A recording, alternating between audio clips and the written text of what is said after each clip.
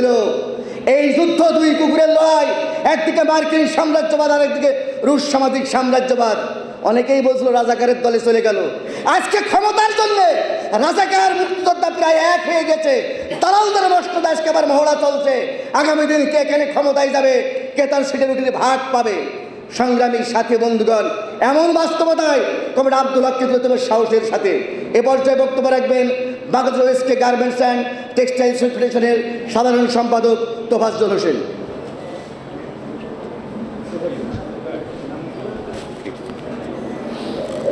মহান বিপ্লবী কমরেড আব্দুল হকের ২৯তম মৃত্যুবার্ষিকীর আলোচনা সভা, সংগ্রামী সভাপতি, সংগ্রামী উপস্থিতি,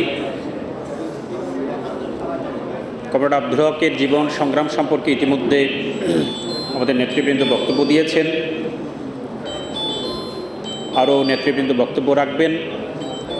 আমাদের আজকের এই আলোচনা সভায় উপস্থিতিগণের মধ্যে একটি অংশ রয়েছেন যারা কমরেড আব্দুল হকের জীবন সংগ্রামের সাথে তাদের সরাসরি সম্পৃক্ততা ছিল। কমরেড আব্দুল হককে দেখেছেন, কমরেড আব্দুল হকের বক্তব্য শুনেছেন, এমনকি তার সাংগঠনিক কাজকর্ম কেউ কেউ প্রত্যক্ষভাবে উপলব্ধি করেছেন। আরেকটি বড় অংশ রয়েছেন উপস্থিতির মধ্যে যাদের বয়স এখনও 20 থেকে 30-এর কোটায়। বিশেষত আমাদের শ্রমিক শ্রেণীর মধ্যে যারা এখানে উপস্থিত রয়েছেন তাদের একটা বড় অংশই কমরেড আব্দুল হককে স্বচক্ষে দেখা হয়নি, কমরেড আব্দুল হকের বক্তব্য শোনা হয়নি, তার সম্পর্কে প্রত্যক্ষ অভিজ্ঞতা নেওয়া হয়নি। আমাদের এই অংশটা, যারা শ্রমিক শ্রেণীর এই অংশটা এখানে উপস্থিত হয়েছেন, আজকের এই আলোচনা সভার প্রধান কাজ হবে কমরেড আব্দুল হককে তাদের সাথে পরিচিত করিয়ে দেয়া।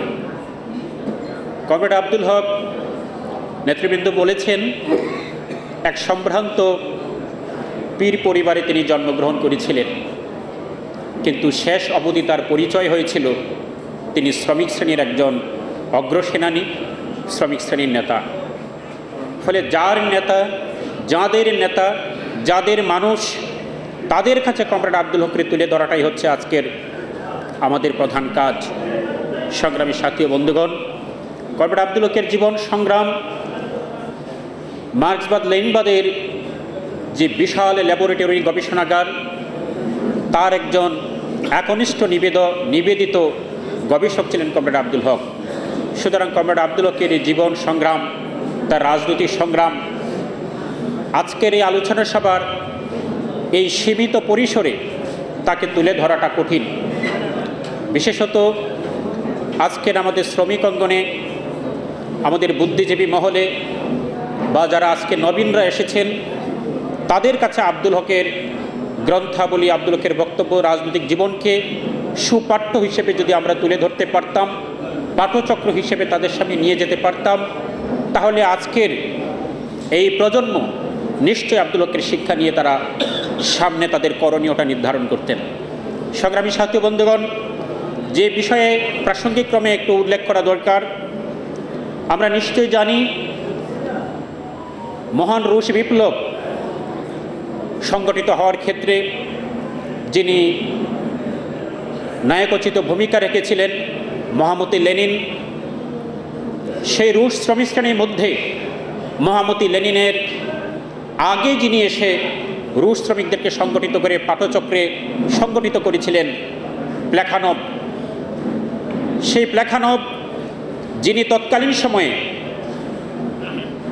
শ্রমিক শ্রেণীকে সংগঠিত করার ক্ষেত্রে রুশ শ্রমিকদের মধ্যে মার্ক্সবাদকে তুলে ধরার ক্ষেত্রে, কমিউনিস্ট ম্যানিফেস্টোকে তুলে ধরার ক্ষেত্রে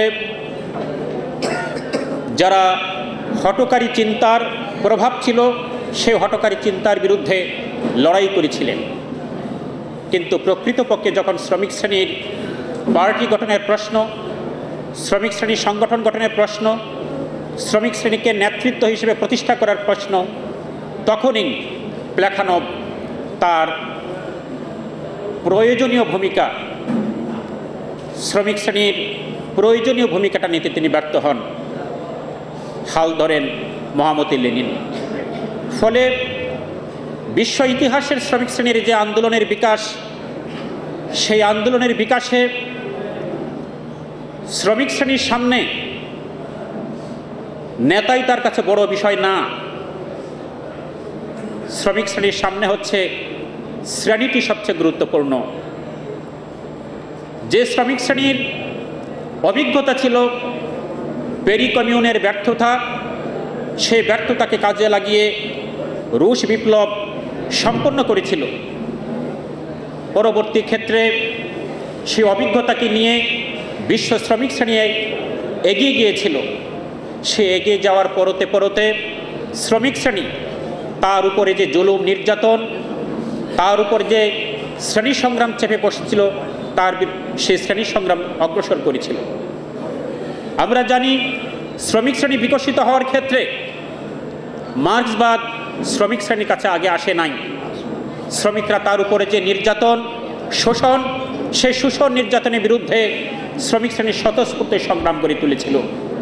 কিন্তু সমাজ বিকাশের ঐতিহাসিক পর্বে মার্ক্স এবং এঙ্গেলস শ্রমিক শ্রেণীর কাছে সেই আধুনিক চিন্তা, শ্রমিক শ্রেণীর দর্শন তারা ইনজেক্ট করেছিলেন। ফলে আজকের এই শ্রমিক শ্রেণী বিকাশের ক্ষেত্রেও বিভিন্ন উত্থান পতনের পর্ব রয়েছে। সেই উত্থান পতনের পর্বে শ্রমিক শ্রেণী দেখে যারা অগ্রণী, সেই অগ্রণী অংশই বিভিন্ন কারণে, সমাজ বিকাশের বিভিন্ন কারণে তারা যখন পিছিয়ে পড়ে, শ্রমিক শ্রেণী তার হাল ধরে, শ্রমিক শ্রেণী তার প্রয়োজনীয় ভূমিকা নিয়ে অগ্রসর হয়। সংগ্রামী সাথী বন্ধুগণ, এর উজ্জ্বল দৃষ্টান্ত হচ্ছেন কমরেড আব্দুল হক। কমরেড আব্দুল হকের এই সংগ্রাম সকলে জানেন। আজকের আলোচনা সভায় সেই সংগ্রাম সম্পর্কে সুনির্দিষ্ট করে উল্লেখ করার সুযোগ কম। যে বিষয়টি আজকে আলোচনা করা দরকার, যে একটি নতুন রাজনৈতিক পট পরিবর্তন, এই নতুন রাজনৈতিক পট পরিবর্তনের ক্ষেত্রে কমরেড আব্দুল হক কীভাবে আজকের এই বিপ্লবী জনগণকে, আজকে শ্রমিক শ্রেণীকে, শ্রমিক কৃষক মেহনতি জনগণকে পথ দেখাবেন।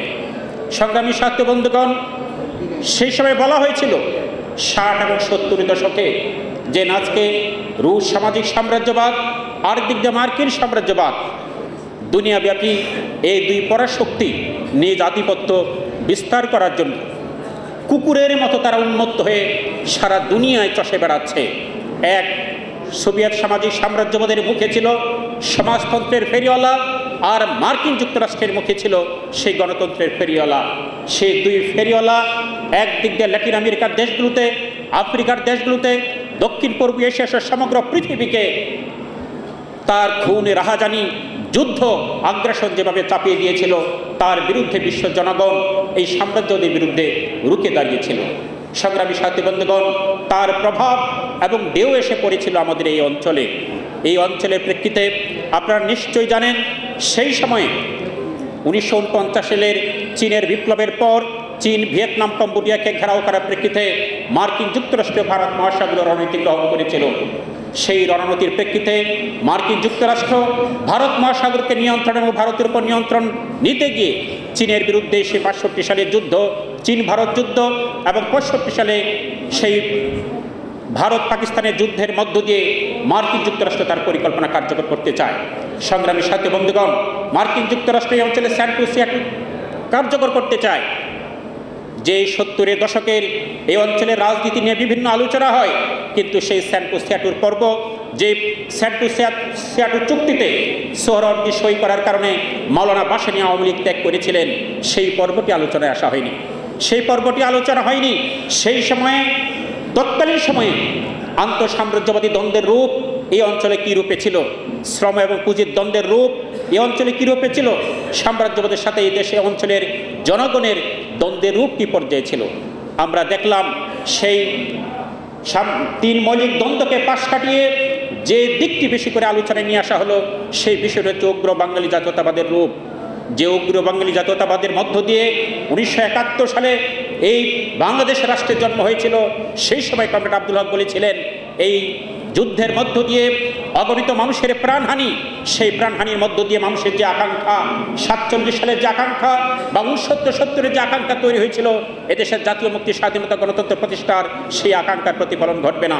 বরং কমরেড আব্দুল হক বলেছিলেন, একদিক দিয়ে মার্কিন সাম্রাজ্যবাদ, আরেক দিক দিয়ে রুশ সামাজিক সাম্রাজ্যবাদ, এই দুই কুকুরে 71 সালের 70-60-এর দশকের এই অঞ্চলে যুদ্ধগুলোকে তারা নেতৃত্ব দিয়েছে, কামড়াকামড়ি করেছে। সংগ্রামী সাথী বন্ধুগণ, এই প্রেক্ষাপটটি আজকে আরো বেশি উপযোগ্য এই জন্যে, আজকে যে প্রেক্ষাপট তৈরি হয়েছে সেই প্রেক্ষাপটকে বলা হচ্ছে আরেকটি গণ অভ্যুত্থান, এই প্রেক্ষাপটকে বলা হচ্ছে আরেকটি বিপ্লব সাধিত হয়েছে। সংগ্রামী সাথী বন্ধুগণ, এই প্রসঙ্গক্রমে একটি কথা না বললেই নয়। আমরা দেখলাম এই 5 আগস্টের জুলাইয়ের আন্দোলনের পটভূমিতে আমাদের এই অঞ্চলে প্রতিক্রিয়াশীল রাজনৈতিক দলগুলো মুখে ফেনা তুলে ফেলছে, ফেসিবাদ বিরোধী তারা মোর্চা গঠন করবেন। সংগ্রামী সাথী বন্ধুগণ, ফেসিবাদ বিরোধী মোর্চা কি, ফেসিবাদকে, সেই বিষয়টি ইতিহাসে প্রমাণিত, বৈজ্ঞানিকভাবে প্রমাণিত। সে 1935 সালে বিখ্যাত দিমিত্রভ থিসিসের মাধ্যমে ফেসিবাদের সংজ্ঞা নির্ধারিত। যে বাংলাদেশের সরকার সাম্রাজ্যবাদের দালাল, এক এক সময় এক এক সাম্রাজ্যবাদের দালালি করে এসেছে, এখনো বাংলাদেশের আর্থসামাজিক রূপ নয়া পরিবেশের আদর্শবাদী একটি সাম্রাজ্যবাদী দেশের দালাল, সে কিভাবে ফ্যাসিস্ট হইতে পারে? সংগ্রামী সাথী বন্ধুগণ, এই যে প্রতিক্রিয়াশীল দল বিএনপির নেতৃত্বে আমাদের কথিত বামপন্থী দলগুলো সেই ফেসিবাদ স্লোগান নিয়ে মুখে ফেনা তুলেছে। এর পরিণতি কি হয়েছে? এর পরিণতি হয়েছে আসল যারা ফেসিবাদ, আসল যারা নাৎসিবাদ, সেই সাম্রাজ্যবাদ তার উলঙ্গ রূপ আড়াল হয়েছে, সাম্রাজ্যবাদের বিরুদ্ধে আন্দোলন আড়াল হয়েছে, সাম্রাজ্যবাদের বিরুদ্ধে স্লোগান আড়াল হয়েছে। সেই সাম্রাজ্যবাদের বিরুদ্ধে স্লোগান আড়াল হওয়ার পরিণতিতে কি ঘটেছে? আজকে মার্কিন সাম্রাজ্যবাদ এই অঞ্চলে তার অবস্থানকে আরো সুসংহত করেছে। সংগ্রামী সাথী বন্ধুগণ, এদেশে সহস্রাধিক ছাত্র যুবকরা লড়াইয়ের মধ্য দিয়ে এই জুলাই আগস্ট আন্দোলনের পরিণতি তৈরি হয়েছে। এই লড়াইয়ের মধ্য দিয়ে এই ছাত্র যুবকরা নিশ্চয় তার প্রয়োজন এবং ক্ষোভের জায়গা থেকে তার লড়াইটা করেছে। এই দীর্ঘদিন গত 16 বছর শুধু না, গত 53 বৎসরে এই স্বৈরতান্ত্রিক ব্যবস্থা এদেশের জনগণকে যেভাবে ক্ষুব্ধ করে তুলেছিল, সেই 33 জন ভূমিহীনের জায়গায় যে 75 থেকে 85 জন ভূমিহীনের তৈরি করেছিল, সেই 1969 সালে যখন 8 মণ চালের মজুরি দেওয়া হতো, আর আজকে 3 মণ চালের মজুরি যেখানে দেওয়া হয় না, আজকে শ্রমিকদের উপর শোষণ নিপীড়ন যখন প্রচণ্ডভাবে আরো তীব্র মাত্রায় গড়ে তুলেছিল, আজকে আমাদের প্রায় 26 লক্ষ বেকার যুবক তরুণরা বেকার, সেই রকম একটি পরিস্থিতিতে নিশ্চয়ই স্বৈরতন্ত্রের বিরুদ্ধে মানুষের ক্ষোভ ছিল, এদেশের ছাত্র জনতার ক্ষোভ ছিল। কিন্তু আমরা দেখলাম এই ছাত্র জনতার ক্ষোভ একদিক দিয়ে রাজনৈতিক প্রেক্ষাপট তৈরি হয়েছে, সাম্রাজ্যবাদকে আড়াল করার জাতীয় রাজনীতির এক ক্ষোভ প্রেক্ষাপট, আর এই প্রেক্ষাপটের প্রেক্ষিতে সাম্রাজ্যবাদ সুযোগ পায় আমাদের এই ছাত্র যুবকদেরকে তার পক্ষে কাজ করাতে। ফলে আমরা দেখলাম তাজা লাশগুলো, যার রক্ত এখনো শুকায়নি, সেই রকম পরিস্থিতিতে মার্কিন সাম্রাজ্যবাদের অতি বিশ্বস্ত দালাল ডক্টর ইউনূসকে দিয়ে অন্তর্বর্তীকালীন সরকার গঠন করা হয়েছে। সেই অন্তর্বর্তীকালীন সরকার এসে আজকে তথাকথিত জাতীয় ঐক্যের কথা বলছে। কার বিরুদ্ধে জাতীয় ঐক্য? সংগ্রামী সাথী বন্ধুগণ, এই জাতীয় ঐক্যের ক্ষেত্রে কাকে দায়ী করছে? আজকে ভারত ইস্যুকে সামনে রেখে আসা হয়েছে। কে ভারত? আজকে এই প্রশ্নটি দেশের জাতীয় রাজনীতিতে পরিষ্কার হওয়া দরকার। ভারতে বাংলাদেশের এক সময় বলা হতো বাঙালি শত্রু হচ্ছে পাঞ্জাবিরা, আজকে বলা হচ্ছে বাংলাদেশ শত্রু হচ্ছে ভারত। আমরা স্লোগান দিই দুনিয়ার মজদুর এক।